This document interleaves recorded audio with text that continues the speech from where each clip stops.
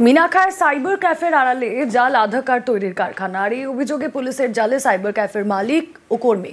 সোনারপুরের কাউন্সিলরের সই জাল করে জাল সার্টিফিকেট তৈরির অভিযোগ। গ্রেফতার এক। দক্ষিণ 24 পরগনার সোনারপুর পুরো এলাকা, এখানে কাউন্সিলরের সই জাল করে নথি তৈরির অভিযোগ। পুলিশের জালে সোনারপুরের বাসিন্দা প্রশান্ত নাথ। ধৃত প্রশান্ত নাথ সোনারপুর পুরসভার 2 নম্বর ওয়ার্ডের ঢালুয়া নবপল্লীর বাসিন্দা। তার বিরুদ্ধে 3 নম্বর ওয়ার্ডের কাউন্সিলরের সই জাল করে বিভিন্ন নথি তৈরি করার অভিযোগ। তিনি এই অভিযোগ স্বীকারও করেছেন। চারজনকে কি টাকার বিনিময়ে দিতে? আমি জমা করতাম, পরে ওই জমা যাবো 200 টাকা দিতে।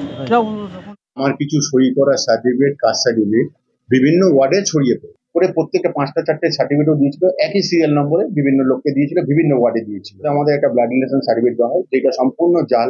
বোঝাই যাচ্ছে সইটাও মিলছে না, এইও মিলছে না। ছেলেটাকে যেহেতু চিনতে পেরেছি, তো আমাদের ছেলেরা ওকে ধরে নিয়ে আমরা যথারীতি সন্ধ্যেবেলায় থানায় নিয়ে যাই। এটা সাইবার ক্যাফে। বাইরে থেকে সাইবার ক্যাফে হলেও ভিতরে জাল আধার কার্ড তৈরির কারখানা চলে বলে অভিযোগ। পুলিশের জালে সাইবার ক্যাফের মালিক বাকিবিল্লা কাটা এবং কর্মী মাতিন গাজী। উত্তর 24 পরগনার মিনাখা, এখানকার বকছড়া বাজারে সাইবার ক্যাফে।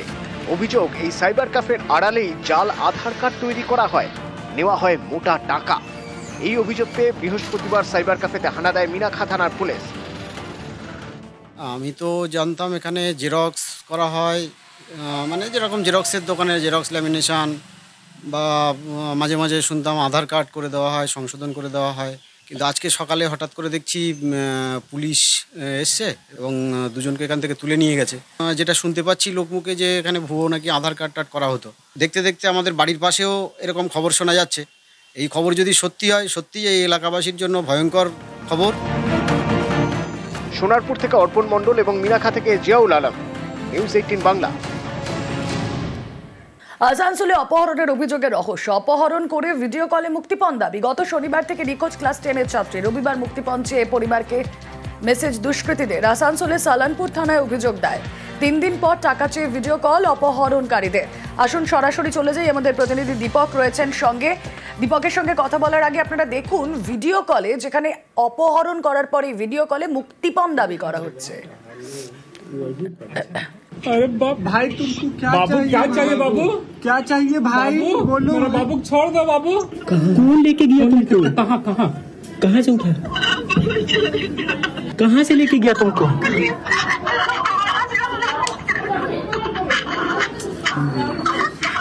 कहाँ पर है? खाली पता कहाँ है जगह बताओ। कुछ भी नहीं पता। कौन यहाँ से लेके गया?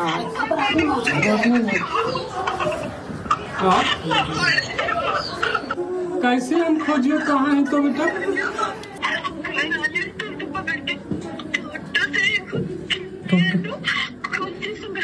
तो जैसे से बोला ना तो सुन ले, जो हिम्मत रख बेटा।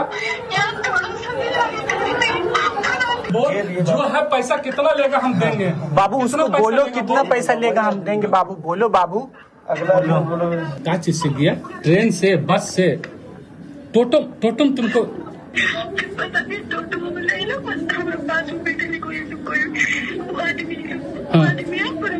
टोटो कहाँ से पकड़ी थी? टोटो कहाँ से पकड़ी थी? कहाँ से? कृष्णा टावर के पास। मैं जा रही थी कृष्णा टावर के पास। थोड़ा सा आगे मैं टावर में मेरे को मिस कर दिया। चाचा सुना के उसके बाद लिख दे गया। हम टोटो में बैठे। जो टोटो तुमको उठाया तुम उसको जानती है? कुछ भी नंबर उम्बर कुछ भी? हम तो हर दिन टोटो जाते हैं, छुट्टी तो जाएंगे। अच्छा सुनो, तुमको कहाँ लेके गया ये तुमको मालूम है? कुछ नहीं पता अभी तो कुछ भी नहीं पता। अच्छा, आसपास कोई नहीं है अभी तुम्हारा? कोई भी नहीं है, दूर तक गया। मैंने खाना भी नहीं दिया। अच्छा ठीक है, तुमको हम बचा लेंगे। রবিবার মুক্তিপণ চেয়ে পরিবারকে এভাবেই ভিডিও কল এবং তারপর যে হোয়াটসঅ্যাপ চ্যাট, সময় মতো টাকা না পেলে খুন করার হুঁশিয়ারি। সরাসরি চলে যাই, প্রতিনিধি দীপক রয়েছেন সঙ্গে। দীপক, এই ভিডিও কলটাই ভীষণ ফিশি, ভীষণ রহস্যপূর্ণ।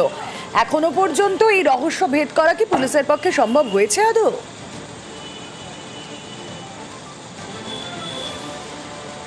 দেখো, এখনো এই রহস্য ভেদ করতে পারেনি আসানসোল দুর্গাপুর পুলিশ, কিন্তু যেভাবে সময় বাড়ছে ততই কিন্তু এই অপহরণ কাণ্ডে রহস্য বেড়েই চলেছে। ছাত্রী অপহরণ হয়েছে, রবিবার অপহরণের অভিযোগ দায়ের করা হয়েছে থানায়। শনিবার সকালে বাড়ি থেকে টিউশন পড়তে বেরিয়েছিল, তারপর বাড়ি না ফেরার পর 24 ঘন্টা কেটে গেছে, তার কোনো সন্ধান না পাওয়ার পরই অপহরণের মামলা রুজু করে সালানপুর থানায় অভিযোগ দায়ের করা হয়। অপহরণকারীদেরকে প্রথমে দেখা যায় কি হোয়াটসঅ্যাপের মাধ্যমে মুক্তিপণ চাওয়া হয় এবং হোয়াটসঅ্যাপে একের পর এক মেসেজ দেওয়া হয়, মুক্তিপণের টাকা দাবি করা হয়, কিন্তু হোয়াটসঅ্যাপের মেসেজের কোনো সাড়া দেয়নি তার পরিবার। তাই কিন্তু এবার শেষ পেশ অপহরণকারীরা ভিডিও কল, সেই মোবাইল নাম্বার ছাত্রীরই মোবাইল ফোন থেকে ভিডিও কল করে ছাত্রী তার বর্তমানে কি অবস্থায় রয়েছে তার পরিবারের সদস্যকে দেখায় কি তার পরিবারের কন্যা বেঁচে আছে এই মুহূর্তে।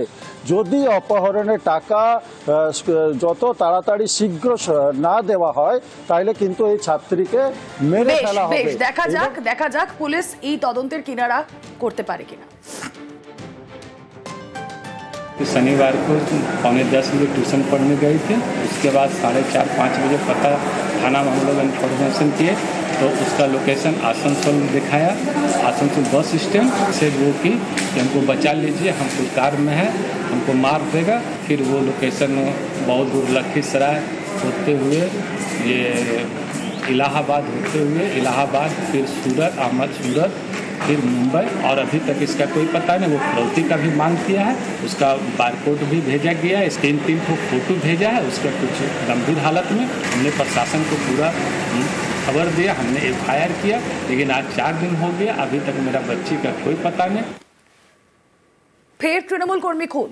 এবার মুর্শিদাবাদের ভরতপুরে তৃণমূল কর্মীকে কুপিয়ে খুন। বাইকে যাওয়ার সময় গাড়ি থামিয়ে এলোপাথারি কোপ। ঘটনাস্থলে মৃত্যু তৃণমূল কর্মী ষষ্ঠী ঘোষের। ভরতপুরের সিয়ালাই বাঁধের উপরের ঘটনা। দুজনকে আটক করে জিজ্ঞাসাবাদ। পুরনো শত্রুতার জেরেই খুন বলে অনুমান। অপরাধমূলক কাজের সঙ্গে জড়িত ছিলেন ষষ্ঠী ঘোষ, এমনটাই অভিযোগ। ডাকাতি, খুন, অস্ত্র আইনে একাধিক মামলা ছিল। প্রায়ই থানায় হাজিরা দিতে হতো নিহতকে।